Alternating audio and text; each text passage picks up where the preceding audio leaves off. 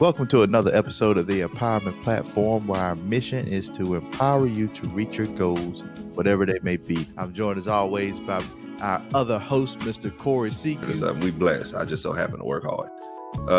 Ooh, right now. If there's something in your life that you want to change, commit today and stop wasting Get 1% time. better every single day and do something positive. We want you to go out and get it. If you don't live by nothing else, live by 2 R's. You either got reasons or you got results. Choose which one you have in your life today. Welcome to another episode of the Empowerment Platform, where our mission is to empower you to reach your goals, whatever they may be. Of course, I got with me my main man, Mr. Corey Seague. How's it going? Sharp tack haircut. Hey, man, you know, razor line, razor fresh. That's how I'm feeling right now. But Tyrus, I'm telling you, I'm sore because I done ramped up the lifting and the workout. I'm doing some changes inside the house, and for the first time in a long time, I woke up and felt like I got hit by a car. But that's a good thing because I no pain, no gain, I guess is what they call it, right? That's what they call it. Man, you doing physical. I was sore because I got back into just doing some body weight workouts and a little bit of dumbbell and kettlebell. And I'm like, man, I ain't done this in so long. Like, I'm super sore, and I ain't even lifted nothing major, but just getting back into that habit, into that groove, the body is working, and I do feel better afterwards. So I know exactly what you mean. One day I'll be pounding that tire like you doing with the sledgehammer. Oh, yeah. Well, you know, anytime you want to come get your Thor on, holla at me. Have me walking around looking like The Rock, hitting tires, Hey, slinging tires and stuff. But Corey, let's jump into this thing. You know, last week we had Josh Brown on, and he came on. He talked about his life. He talked about alcoholism. He talked about actually, causing the death of another individual in a drunk driving incident, a DUI. So he went to prison. He was able to reclaim and change his life. And now he's speaking out against it. He's giving back. He's going to share his story so he can just prevent one person from walking down that same path that he walked down.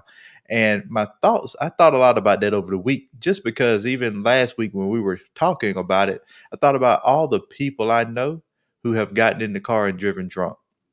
I think about the people that I know that have been in accidents, and I think about people that I know of that passed away from a drunk driver. So I'm like, man, that conversation really hit close to home, coming from a family where a lot of people drink. Um, there are some alcoholics there. There are some heavy social drinkers there. But it really, really just made me sit back and think like, wow, to go through such a traumatic experience, to still have to live with the consequences, because like he has said, like Josh was saying, around his hometown, he's not really that accepted. They won't let him come speak in the schools there. Um, he still has that stigma on him. And so he has to deal with that. He has to live with that, not only living with the thoughts and the facts of taking someone else's life that was preventable. And so when you think about it, Corey, and that's kind of where I want to just segue in and get the topic rolling. What what are some ways that you think about how people can overcome when they hit rock bottom?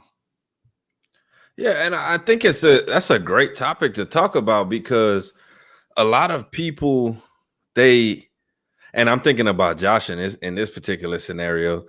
He said that the people around where he lives, they don't even want to hear about that stuff because they do it. You know what I'm saying? Like they drink and drive, and that's the thing. They look forward to getting the beer or whatever, the shots and stuff. But I want people to extract from that, and this is how you come from rock bottom. You have to stop seeking validation from those around you. And so a lot of us, we live in our communities and we live in our neighborhoods or wherever you come from. And there's power in proximity, right? Like you can either move to a situation where, you're helpful or you're helped by other people, by their mindset, or you can live in an area, but you have more to overcome in it when you're working around, you're living around people who just they're not trying to do it. That makes me think about a conversation I was listening to from a Netflix, the founder of Netflix, and they asked him the question, and they said, y'all bear with me, I'm gonna get to my point here, but they asked him the question of, do you need to live in Silicon Valley to become a successful tech startup or tech company? And he said, okay, cool. He said, well, let me ask you this. He said, do you need? Absolutely not.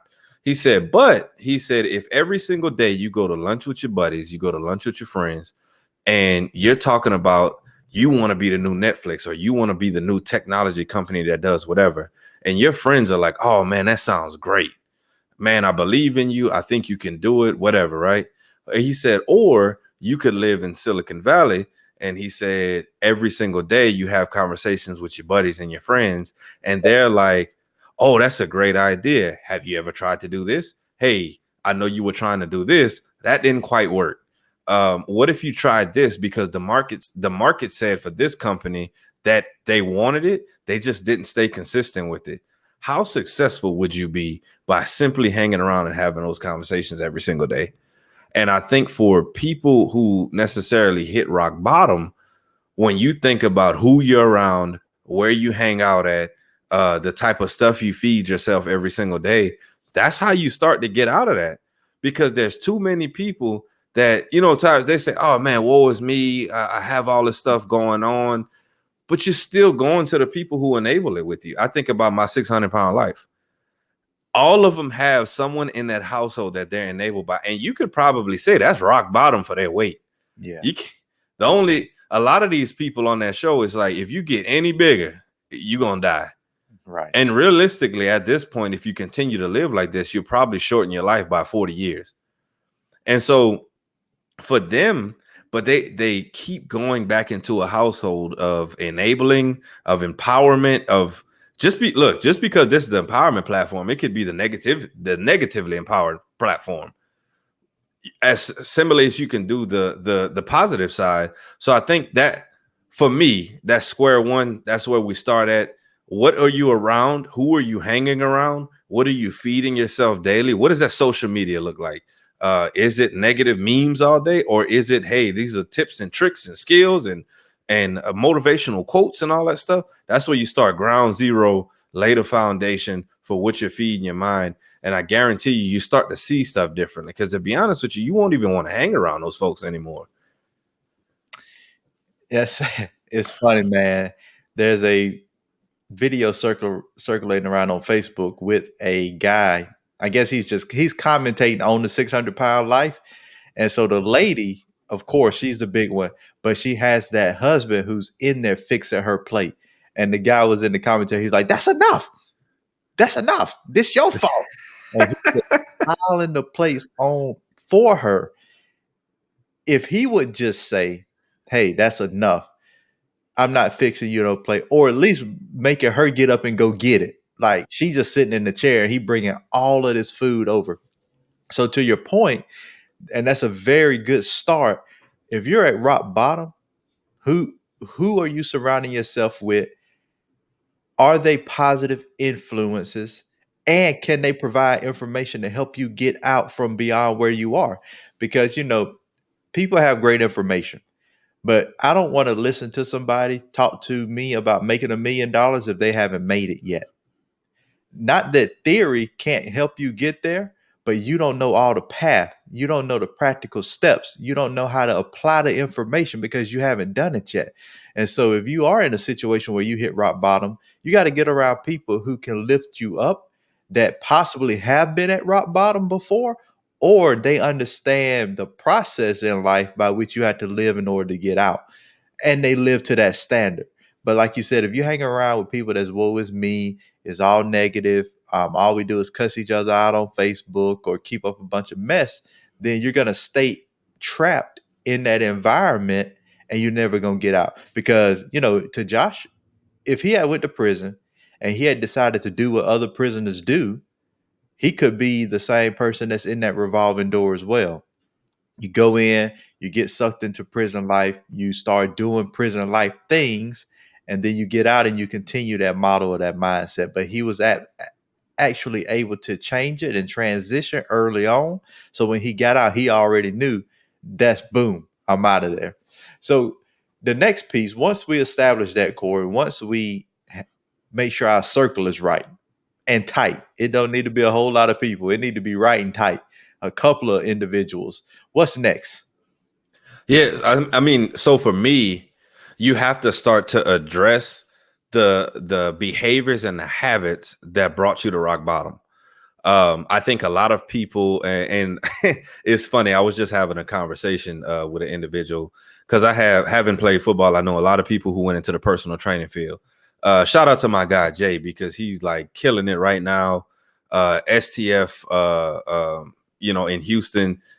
I'm Tyrus. Look, my man trained Honey Badger. He's Dwight Howard's personal coach. He got NFL prospects coming in like. What's the not Jameer Nelson? It's DJ Augustine that plays for the Magic, I think, right now, killing it. Right, that's not the point. I'm just giving him a shot. So I had an individual hit me up. He said, "Man, I want to get a personal trainer. I know you probably know some people." I was like, "Okay, cool." And this, you have to, for you to break habits and not fall back in the rock bottom, you have to acknowledge the habits, and then you have to say, "Okay, how do I fix it?" So I asked her. I said, what does your diet currently look like? Because what she told me was, she said, I haven't gained too much weight. I just don't look like what I want to look like right now. I said, okay, cool. So let's address the diet, right? I know a little bit. I said, what do you eat regularly? Now, Tyrus, I know neither one of us are nutritionists. Right. However, by far, she said, my normal diet is chicken, turkey, fish, pretty much baked all the time, and some type of vegetable that I eat with it. Can you tell me what the problem is? I don't hear the nutrition side of it, like the vegetables, the fruit. I don't hear a plan. All right. So one, there's no plan. The second part is, I'm like, if you're eating baked fish, turkey, or chicken every single day with some type of vegetable, then how are you gaining weight? Because when people get put on diets, they say, what should you eat? Lean meats, chicken, yep, fish, turkey, right? What you should cut the carbs and start eating vegetables. And so I'm like, this doesn't make sense. So you eat what should be on the particular diet. Now you can go even further than there and say, well, how much meat and all this other stuff. You can go into it deeper than that. But I'm like, but you refuse to even address the habit that got you there. Yeah. So she gave you the pretty picture. Right. She gave you the answer that she thought you wanted to hear. Right. And I'm like, I'm not buying it because, again, I'm not a nutritionist, but there's principles that apply to this, right? If you don't address the issue that is causing, or the issue that got you there, how are you going to take it to the next step? So you're going to get a trainer and you're going to go and again, catch the principle, y'all. You're going to get a trainer or a coach and you're paying for these programs and you haven't addressed the habits that you have inside already. And you can't be honest with yourself, but you expect someone else to change it for you. And we're going to get to that in a second, but that's the second piece. You have to address what it is that got you there. Josh addressed it, right? Josh talked about, I had to stop drinking. I had to become sober, right? I had to, even in jail, he said, he talked about the steps that he took in jail to say, okay, how do I just become a better person? A lot of people aren't willing to take past step 2 because step 1 is acknowledging, yes, my surroundings aren't good, but step 2 is me, and that's nobody else. And you have to address what's going on inside of you and be honest with yourself, because then, and I'm going to use this scenario, Tyrus.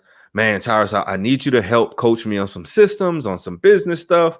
I need you to help coach me through that. And then you say, okay, cool. So what do you need help with? And I'm like, well, I have the email funnels and I have this and I have that and I have the CRM and I got all this other stuff set up and I got the payment set up and I got, my marketing and all that junk set up. And then so I'm pretty sure your question would be, so what do you need me for? You sound like you got it. And we probably run into a whole bunch of people like that before too, that you're like, man, I need help. Okay, cool. What do you need help with? And then they tell you, and you're like, I'm confused. So what do you need help with if you already got all of it? I think they just want to listen to themselves talk for like 30 minutes. But the issue is you're refusing to address there's something going on inside here and inside here that's not allowing you to get there. So I think that's the second step in it. Address the habits, understand what got you there, and then you can make the shift. Because if you don't shift the habits, it doesn't matter what environment you get into, you're gonna go into that scenario, do the same thing, and end up in the same spot. And I like that for number 2. And I was thinking, man, maybe that should be number 1, addressing the habits, going through the priorities, fixing yourself. But I think that having community will show you some people with some better habits, because if you don't know what you don't know, and you don't know how detrimental your habits are, and you have no example, then you can't really see it. So I can see getting around people who have better habits that you can glean from, get information from, and then again, really be aware and be committed to changing your habits. And it's so true. Most people you talk to, they know what's wrong, but when you get down to the deep or the nitty gritty, it's like they start to cover up what they are so used to doing and what's comfortable to them. And pain can be comfortable. Now, somebody out there saying that don't make sense. There is a dull pain that you can begin to live with and deal with, and it aggravates you just enough for you to complain, but not enough for you to change. And so what we want to encourage you to start doing is looking deep inside yourself, coming to terms with what's going on, and making the change and saying, you know what? I don't deserve to live an unhappy life. I don't deserve to live a struggling life. I don't deserve any pain. I want to have fun. I want to be happy. And then you make those transitions. So I love that point number 2, because if you go to the gym and you're not willing to commit to the plan, you're just you're wasting your money, and you're wasting other people's time. And for me, Corey, even on those calls that you mentioned, I don't like time being wasted. I don't care if you pay me or not. Like, I don't want a check that's linked to no progress, not moving forward, complaining about the same thing, saying the same thing. And there are people out there, man, that will go from group to group, coach to coach, person to person, and ask the exact same question. And so every now and then I drop those passive aggressive messages in the groups. Stop asking the same question and execute, because you're wasting other people's time. What's the next point? Right. But check this out though, because they haven't addressed the habit. So they want Tyrus to tell them to fix it. They want Corey to tell them how to fix it. And then they want the other person to tell them how to fix it. But you haven't addressed your habit. And there's something underlying at the roots of it all that you're not doing, i.e., you're not a doer. You're not an executor. You won't even go try it, but you expect someone else. And to be fair, there's a lot of places, there's a lot of coaches that can get a bad rap that will say, man, they can't get you any results. Well, it's not their fault. It's that you didn't decide to put the information to use. So now you're saying that there's no results, where they can only give you the info. They can't do it for you. So my next piece is, and this is kind of the quite simple one, is to get started and go. So you've addressed the people that you're around. You've addressed the habits that you have. And you talked about working out just now. We have to stop chasing the end goal, or like what the picture is. And I'll talk about this with like team building and just like corporate America too. We got to stop chasing the metric, and we have to start chasing the habit and rewarding the positive habit and I'm going to give y'all an example. If the scale doesn't move, but I continue to go to the gym, guess what's going to happen to the scale eventually? It's going to move. Yeah, it's going to move. Might need a pivot if it continues to not move. Maybe the diet is wrong. Maybe the workouts that you're doing really aren't what they are, and you have to reassess that yourself. But for the most part, to be honest with you, Tyrus, the best shape that I've ever been in life outside of actually playing football was when I just consistently showed up at the gym And I could leave the gym sometimes and be like, man, that workout was weak, but I showed up and I continued to do what I needed to do. And I you know what I'm saying? I saw a little pack start showing, Yeah. But it's this, there's certain stuff that you just continue to show up for, whether you give 100% or not. And it's like, and let me back up for a second, because some people's going to be like, well, I don't have to give 100% every time. Exactly. You know, they're going to run with Right. it. They're going to check, they're going to pick that out and be like, Corey said, I don't have to give 100% every time. I'm not saying that. What I'm saying is there's going to be times where you wake up or you're sick and you don't feel well, or you're just mentally checked out. You still got to show up. And when you show up, getting some work or doing something to get better is better than never doing it, because you can find yourself. And I know, again, I hate to stick on working out like this, but I think there's a lot of principles in it. You can turn, man, I'm going to just skip the gym today, and that'll turn into 2 weeks later. And you're like, man, I'm going to make it back one of these days. But it can spiral out of control really quick. So that's the second. You got to start getting up and go and do. What does that look like? YouTube. Go look at some videos on what it is that you're trying to fix, on what habits, are you trying to start a business? Are you just trying to better yourself? Like, go to YouTube, find some books, right?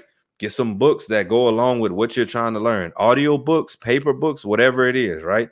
To be honest with you, if you want to form the correct habit, I would get books, like paper books first, hardcover, paperback, whatever, because you form a different type of discipline to yourself when you have to sit down, read the books, turn the page, and digest the information. Because an audio book, and I listen to audiobooks, sometimes you're way off over here and you're like, oh shoot, well, let me go back and rewind it and figure out what they were saying.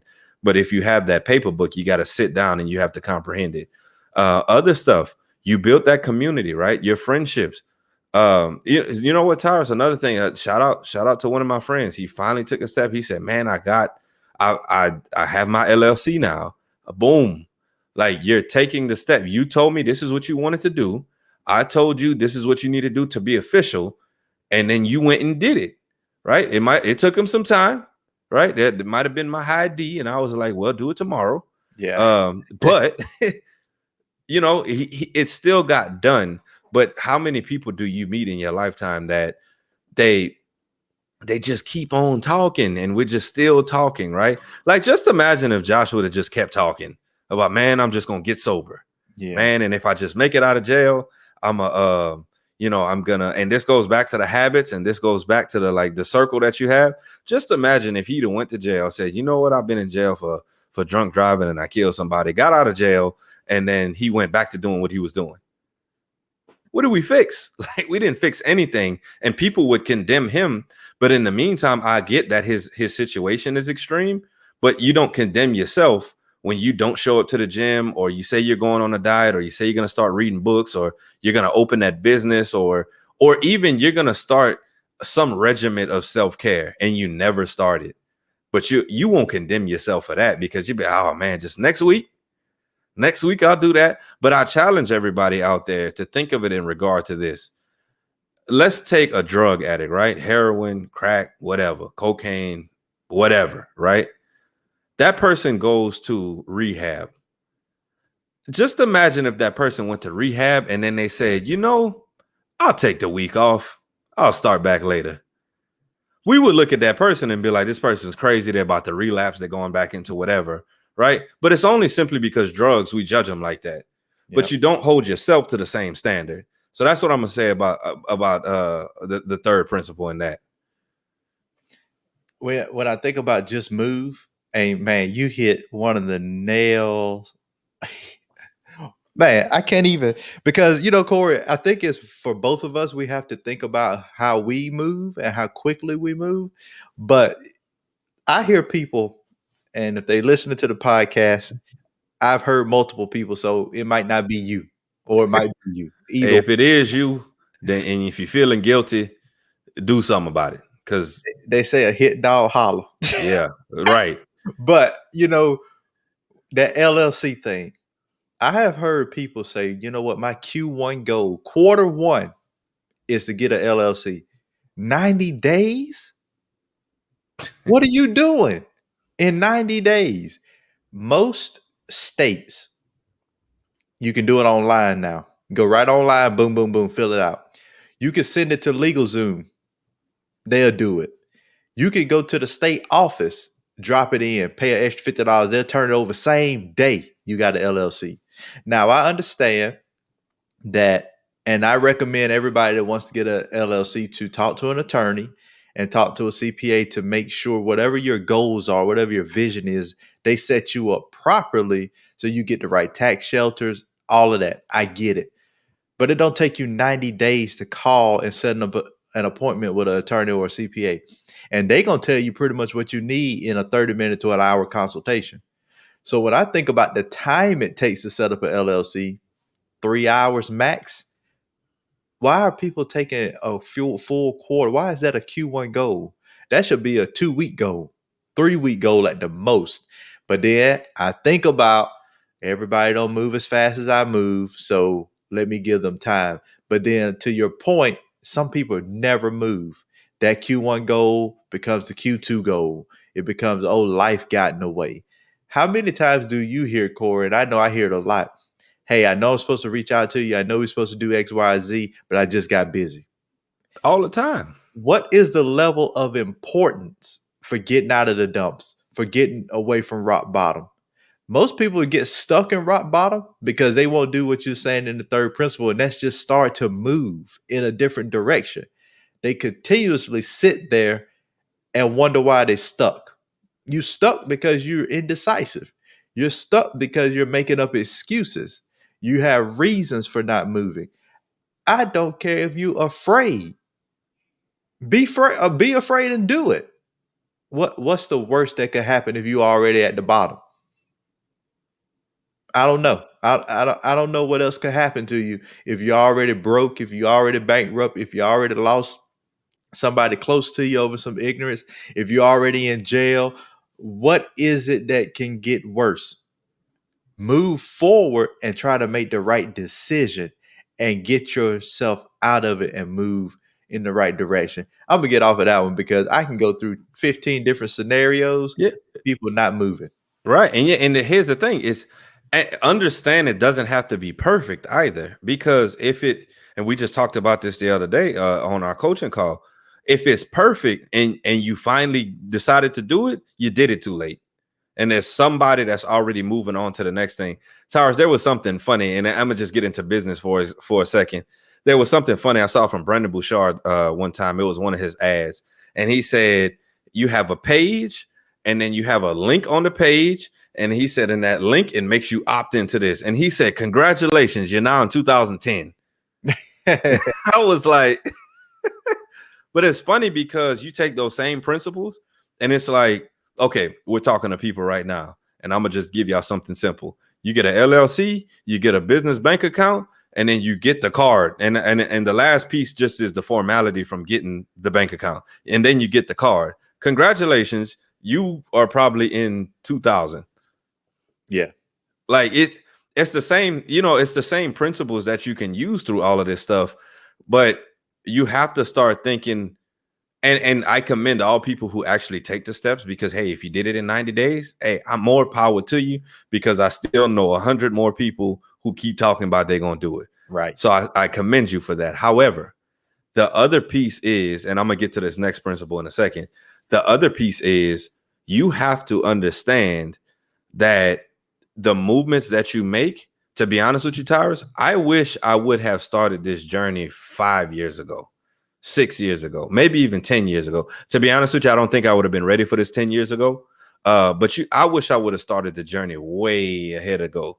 The reason why, you start to get into it, and as you're doing, you start realizing other avenues of doing, right?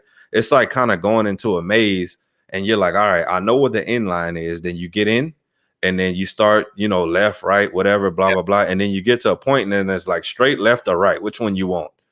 You're like, ooh. Now I got to go explore. Yep. So, that's the thing is once you start to do, then you start to open up and it's almost like your mind unlocks and you're like, ooh, there's all this other stuff that I could be doing too. And at that point, you're trying to like put all the information inside. Now, here's going to be my next point, Tyrus. once you start doing, you have to find somebody, you have to find a coach. And I know we talked about this before. Find someone who will allow you to do this on the highest level. I go back to football. There's a reason we had a coach. Did I know how to read the A gap? Did I know how to line up in a 40 technique? Did I know how to line up in a 10 or a 20 technique, depending on whatever, did I know how to shade over onto the tight end based on whatever? Yeah, I absolutely knew how to do it. But I needed a coach to point out my false steps, my hand placement. I didn't keep my outside arm free, when they were running the zone or something like that. Like, I needed somebody to point that stuff out to me, because otherwise I'd have been like, yeah, I'm lined up right and I'm playing right. Yeah. The other thing is, and again, going back to the fitness industry, the most in shape that I know how to work out. Everybody knows how to work out. It's a $1 billion industry though. You can go online, get a and I'm not even trying to do that for people right now. You go online and PDF. That's all I'm gonna say. You can PDF a workout plan for free, and you'll have it in your hands. And these are legitimate workout plans. I guarantee you don't do it right though, or you don't hold yourself accountable to it. And so that's why I believe that a coach is very necessary, because you have to find someone. And I'm gonna use this example. I've said it on the podcast before. So I've been watching Forged in Fire, right? They've been making the swords and all that other stuff. So they're looking at it to see if it's straight after they harden it, right? So the doing is the hardening of it, and then they look at it to see if it's straight. And then sometimes they're like, "Oh yeah, that's straight," but the judge is like, "Yeah, that's not straight." Yeah. Yep. But you don't have anybody in your life to be able to tell you that, or they can only tell you, to be honest with you, Tyrus, depending on your circle will level up every time you start doing. You don't have the circle yet that can hold you accountable to being straight in that time frame of your life. So your friends, and I remember this is when I first started speaking, they'd be like, "Oh man, that video was fire." I wasn't getting paid from it though. Right. Like, or now that I know what to look for, I'm like, "Ooh, that was trash." But I didn't have anybody to tell me that. I didn't have anybody to hone me, to keep me straight. So I'm looking at my sword and I'm like, "Oh, it looked pretty good." And everybody else that's on a higher level is like, "Yeah, not quite. It's getting there, but not quite." So get yourself a coach, because your performance will be dictated on going to I'm talking about the highest level. Your performance will be taken to that highest level because somebody did it. Tyrus talked to y'all already about, I don't want to learn from someone that hasn't made $1 million on how to make $1 million. We live in a world just like that right now. You see the books there. In 10 days, this book can make you $1 million. Wait, Yep. what? Yep. How did I attract 22 clients that gave me $35,000 in 24 hours? What? Well, what they didn't tell you is that they had worked 10 years to get that moment. Boom. Yep. Like they didn't. That's what they left out. I've been doing this for 10, 15 years. I finally had a month where I attracted 22 clients and I made $35,000 in 24 hours. But we're going to go get the book, and then we're going to say, "Oh man, it's not working. I guess this isn't for me." And oh man, this is harder than I thought. But they left that part out of there. So get yourself a coach that's going to be honest and push you and put you in the right direction for you to figure out, okay, you've been doing it, right? And it's raw right now. Let's hone that into something higher. And that could be in anything. That could be in self-care. That could be in working out. That could be in business. That could be in whatever. When I tell you there is a coach for anything, there is literally a coach for anything. So yeah, get yourself a coach. What you think about that, Tyrus? So I'm gonna recap real quick before I jump into that one. If you're just jumping on, we're talking about what do you do when you hit rock bottom? How do you come back from rock bottom? And first principle was to open up your circle, not put more people in it, but get around those people who can take you to the next level, or at least that are on the path to the next level with you. Nobody that's going to keep holding you down. We want to get moving with people who's moving. Number two, be honest with yourself. Really look at your habits and start to change them.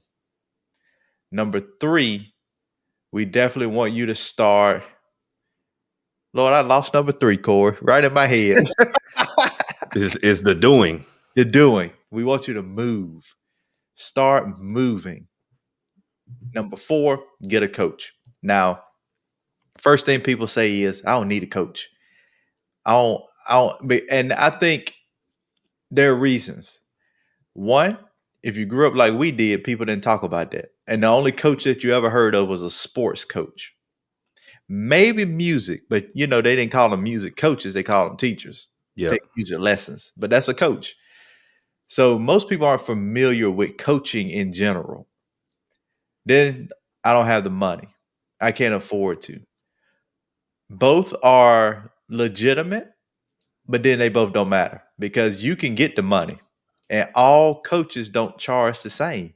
There are coaches that can fit in your budget no matter what that budget is. And you might have to sacrifice. You may have to give up some things in order to change your life and get a return. Because trust me, if you go through coaching, you will get some type of return on that investment. So don't think of coaching as a cost, think of it as an investment. Change your terminology. I wholeheartedly agree with coaching. I feel like you should have a coach in different areas of your life. If I need my marriage worked on, I need a marriage coach. If I need my fitness worked out, I need a fitness coach. If I need my diet worked out, maybe I could get a fitness and a health coach wrapped in one. If I'm trying to develop my mind, I need a mindset coach. If I want to get my money right, I need a financial coach. All of these, if I want to get back on the basketball court, I need a coach in that area. All of these are different areas that you can get coaching in, and you absolutely need it. And for one of the reasons that Corey pointed out, you need someone who's been there, who's done it, who can show you the blind spots, who can point them out. Because when you're looking, when you're in the moment, you can't see everything around you. When you're in the fight boxing, the boxer cannot see everything. They don't notice some of the slight pulls or the quick jabs. That's why the coach is sitting in the back saying, hey, watch his left, so he can give you that information. That's why you got your coaches on the sidelines. That's why even with musicians and actors, they have their coaches sitting watching them. Because if you're acting, you're in the moment and you don't catch the slight things that you do. Think about this. We don't think of teachers as coaches, but who catches your spelling mistakes, your commas when you're writing? I was just about to go there. Who catches that? Because I swear I can write an email 15 times and read it and I can send it. And then when it's sent, I see a mistake made. But if I run it by somebody else, they pick it up before it happens. So that's why having a coach is important. They can take you from A to Z and help map out the path along the way. Now you might say, well, what about my accountability partners? What about my friends? I don't have to pay them. We start to talk about there's no transformation without the transaction. Because when you're not invested, committed financially, you don't put the same effort in. There are people who will blow money. Yes, they'll invest and still won't commit. That's a different breed. They got money to blow. But when you got your last $2 and you don't want to lose them, whatever you invest them in, you're going to make sure you get it back. You're going to make sure it works. So paying for coaching will help you get to where you want to get even faster, because now you come to the realization that I got a set amount budget. I need to make this work, and it pushes you. So get a coach wherever you are in life, whatever you're trying to do, especially if you are looking into entrepreneurship, being a business owner. I see so many small businesses out there just running around in a circle because they won't get a business coach. Yep. And there are plenty of resources available to you just to ask the question, how do I put a business plan together? How do I get my LLC started? How do I get a bank account? I mean, you can Google those, or you can get a coach that can walk you, hey, here's a packet. You follow this A, B, C, D, E, and F, your business set up and you ready to go. So those are the reasons why I agree with coaching, why I wish that growing up we were taught more of that. Because if you notice, people love to say, and race is a factor. People are ahead of people because of what has happened over the past. But if you notice, those same people have coaches. they raise their kids in that. They make sure their kids are in organizations, in groups, with mentors, with coaches. And when they become adults, not only do they have the money backing of family money, they have the mentality of wealth, and that's because they've been coached. Yeah, no, and flat out, like, Tyrus, I'm gonna tell you this much. So my barber, matter of fact, after he was done cutting my hair, it was just me and him in there, and he said, "I know you about your business. I know you about your money." He said, "How much is it gonna cost for me to sit down with you for about 30, 45 minutes?" Because he said, "What I notice happens when you come into this room, I get tipped more." So he was like, "How do I figure out how to get tipped more when you're not here?" And Mm, so he showed me just now because there was a bunch of guys in front of me or whatever. And he was like, "Bruh, I just got tipped like $100 something between 3 people." But he was like, my average tip before that's like $10 for somebody. So he was like, "Can you please teach me?" Like, because he said, "I see the people laughing in there and you're engaging with them and all that stuff. Like, can you teach me how to do that?" So I was like, "Cool, for sure." But here's the thing. He said, "How much does it cost?" Because he knows, like, if I put some money up for this, I'm gonna take it serious. The issue that people have is that they want the free info, and there's a lot of free game coming out of here, Clubhouse, but don't even get us started on that. free game. Yeah, free game being given, but you never do. We could all be millionaires if we just did whatever the free game told us to do. I probably I probably have forgotten $2 million worth of information Absolutely. because it was free and I didn't take it serious. But that's the thing. So he was like, "Man, a barber, can you coach me basically on how to create the environment within my barbershop?" Like, there's a we have to start discussing with each other what are the areas of opportunity we have and what person can help us get to that level. Because like you said, Tyrus, yes, there's a finance gap between people, and the way that we close it is by finding those individuals. I think about one of my really good friends, and I'm a pass this back to you. I think about one of my really good friends, the older guy. He's like in his 50s or something. I think reaching his 60s. He has a daughter, black man. And so this is going to prove, this is the point I'm trying to prove, because there is a finance gap between black people and, to be honest with you, Caucasian people in America. He has his daughter. I think she's about 10-ish right now. But when I met him about 5-6 years ago, he said she has a tennis coach, but she goes to this private school. And she said she goes to the tennis matches at school, but then she has, from Rice University, she has the Rice University coach trains her. Hmm. The majority of people, for us, we'll just be like, "Well, shoot, your coach is at school." Right. Yeah. Yeah. Yep. At school. Like, even professional athletes, they still, Tom Brady has a throwing coach. Tom Brady got what, 6 rings, 7 rings? Why would Tom Brady need a throwing coach if he has 7 rings? Because he needs somebody to keep him on that path. And I'm gonna be real, I'm gonna just call some people out right now. You're sitting at home listening to this right now, and you're saying, "I don't need a coach. I don't have enough money for a coach," but you had enough money for your nails, or you had enough money for your hair, and you just bought a fresh pair of J's that they dropped for the 37th time last week. You bought them, or you bought the PS5, or you bought the Xbox, but then you say, "Man, Tyrus, I don't have enough money to pay you. I know you can get me results, but I don't have any money to pay you." Your priorities are messed up. Yep. And to be honest with you, that's the way that we close the gap on financial, like, prowess and like financial standards, is by having other people. It's a community. Everything boils back to your community. You have a community of people, whether they're paid or free. The majority of the time, the biggest results will come from the paid. We have to get into a habit of telling people, or helping people, I guess you could say, follow that straight path. Like it, I just go back to time. Why does this man need a throwing coach and he has 7 Super Bowl rings? And to that point, my neighbor, his daughter plays basketball. Not only does she play for her high school, she plays for one of the AAU leagues too. So she got 2 different coaches. She got a personal trainer that comes to work out basketball skills, X, Y, Z. Then there's a group, an organization here called Rhythm and Dribble. They go there too. So they're not relying on the school or the coaches on the team.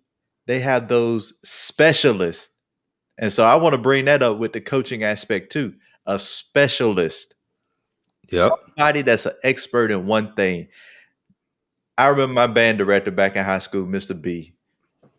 Mr. B could play a little bit of everything, but Mr. B wasn't a specialist on nothing but I think either the saxophone or something like that. That was his instrument. He could play a little bit of everything, but he was a master on that saxophone or whatever it was. When you go to a throwing coach, all they're going to talk to you about is throwing. They're going to get your arm right. They're going to show you the right exercises, how to read the routes, how to do all of that to the T. So when you're looking for a coach, you need a coach, whatever area of life you're looking for, go get somebody that only does that. Because it's just like getting a handyman. Handyman can do a little bit of everything. But when you need some expert carpentry done, when you need some expert painting done, when you need some expert tile laying done, you need to go get somebody where all they do is lay tile all day long. I don't do nothing else but lay tile. His product is going to be better and it's going to get you to your destination faster. So when you're looking for a coach, get a coach that excels and that's their expertise is that area, not somebody who's a generalist. And I know it sounds good. I can get X, Y, and Z from such and such. One-stop shop. It don't work out quality wise in your favor. So Corey, we got a little bit left. Give us one more principle number 5, and we'll wrap this up. Yeah, I think the next principle, to be honest with you, beyond that, is going back to doing. I don't want to complicate it for people, and I know it doesn't sound deep, but even at the steps that I've taken in life, you start with your surroundings, you identify your habits, you start doing, you start getting some coaches, you get better. But then, Tyrus, if you've ever noticed, you see these people that get coached and then they fall off the face of the earth. Yeah. And it's like, so now you're basically a $10,000 walking book, pretty much, because or however much you've paid for your coaching or whatever. So you've invested all this time, all this money and everything, and you did nothing with it. But you sound fancy when you say, well, I got coached by this person and I've been part of this coaching plan and I've been, in this program and I'm certified to do this or whatever, but you ain't doing nothing with it. Right. So you got to get back to doing. Right. And I think a lot of times we then freeze and say we have all of this. I think about new hires at a job. They don't know. And, I work in insurance industry. So when we get new people, they don't know anything about insurance. And then they go. So we teach them to talk to people like people. But then they learn all these new fancy terms. And then they say, OK, now I'm going to go talk to customers. And all of a sudden, it sounds like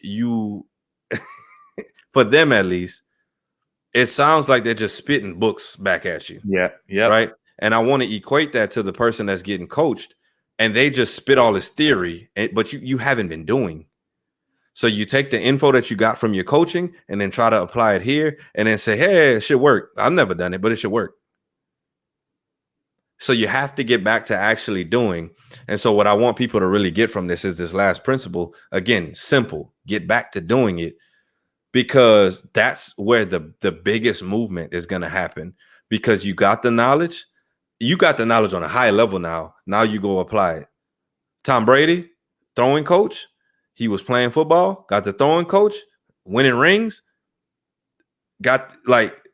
and then did again. Like you just do it all over again. It's not rocket science. And I think that we convolute it so much. For those of you who we muddy the waters too much. And we try to make this stuff rocket science. And we say, man, what's the next step? There has to be something different. Like that, I'm missing something. It's like, no, you just got to start doing again. Right. But the thing is, now you're doing it at a higher level. And you can demand more. You know what to look at, right? Like I'm positive. and I'm gonna get. I feel like I'm talking football the whole time. I read an article about this upcoming draft. Trevor Lawrence, for those of you who don't know, they're saying he's going number one. But there was a coach in there, and I'll bring this point up too, Towers, to help somebody. You don't have to be the greatest person doing it to coach them. The greatest coaches were never the greatest players, but they can see something that you don't see. And the reason I say that is this guy's name is June James, I think his name is. He used to be an old Atlanta Falcons quarterback. He was a backup quarterback, but he now has a passing camp, and he teaches this particular style of offense, right? And so he said the number one thing that he looks for in quarterbacks is if they look at the receiver when they throw the ball, or do they take their eyes off of him? Because he said if the person looks at the receiver, the ball will get to where it goes, right?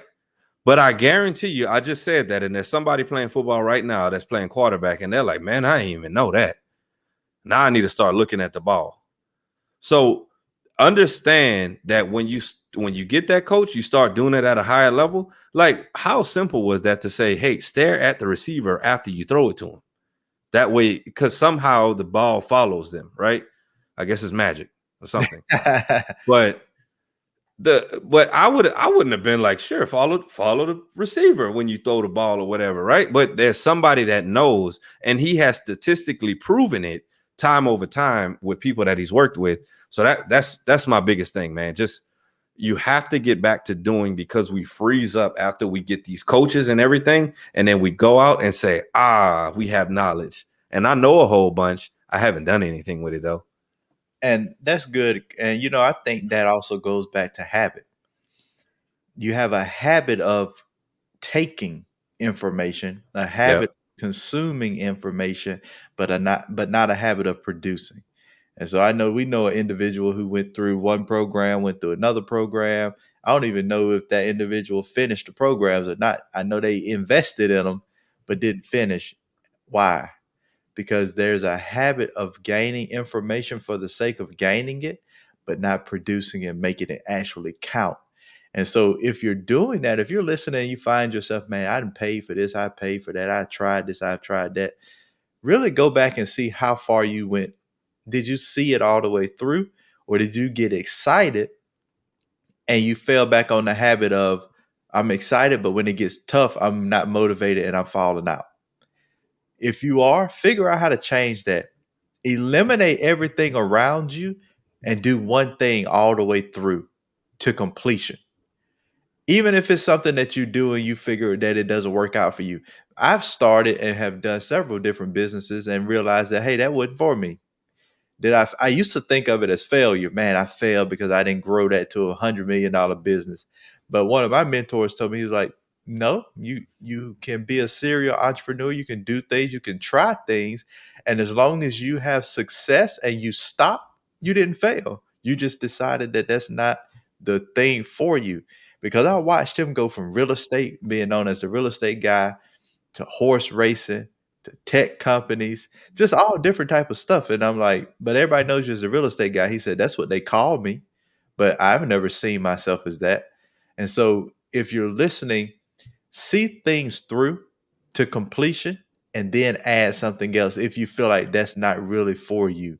But how do you know if something's really for you or not unless you go all the way through all of it and actually feel that small little taste of victory, of success? And so we're going to recap as we go through this, thinking about how do you get out of the rut? How do you change? We recap Josh's story from last week about him starting with the alcohol at a young age, 12 years old, started drinking, driving at 12, 13, 14 years old, getting into an accident, causing the death of another individual, going to prison, rock bottom at this point, and then changing his life to come back out on top. And what did Josh do? Josh got a different circle when he got out of prison. Josh decided that, hey, I have some habits that I need to change, that he changed while he was in prison. Mentality change, mindset change. He started moving because even in prison, he would volunteer to speak to other people, and they took him out of prison to go to schools and speak at that point. So he was moving. When he got out of prison, he came through the same program we came through, Game Changers. So he got coaching. I don't know if he has done other programs outside of that, but we know that one for sure. And then now he's still moving by continuously adding value, speaking, holding workshops. He has a book out. He's growing and he's continuously moving. And like Corey had said earlier, even though you may not be accepted or he may not be accepted as much in his own local area, he's able to branch out and really deliver that to the world because he has a powerful story, and so do you. Whatever you're going through, there's a story there to tell. You just have to follow the principles. You have to get out of that rock bottom mindset. You have to get out of the complaining, the whining, the moaning, the groaning, and move forward. Corey, you got anything to last words to drop on us? Yeah, man. I just think that people need to start doing and acting, and stop thinking so much, man. Strategy is great. Like tactics are great. Taking the steps and worrying about the detail is great. But the number one thing that will happen and the change that'll happen in your life is when you start doing. Just you done. Yeah, I'm gonna just drop it there. Just Because drop. if I go anymore, that people gonna start thinking. So I just start doing. Love it. Just start doing, just start moving, just start going, just start executing. The rest will work itself out. That's why we make adjustments. Yep. So that's good. Thank you all for joining us. We got some special stuff coming up for y'all in the upcoming week, some different topics. But what we would like is go and drop some comments on our Facebook page at the Empowerment Platform. Let us know what you want to hear. What topics do you need in your life? Because as we continue to bring on guests, bring on topics, we want to make sure we're bringing on people that add value to you and your specific situation. So, again, thank you for joining us on the Empowerment Platform, where our mission is to empower you to reach your goals, whatever they may be. We'll catch you next week.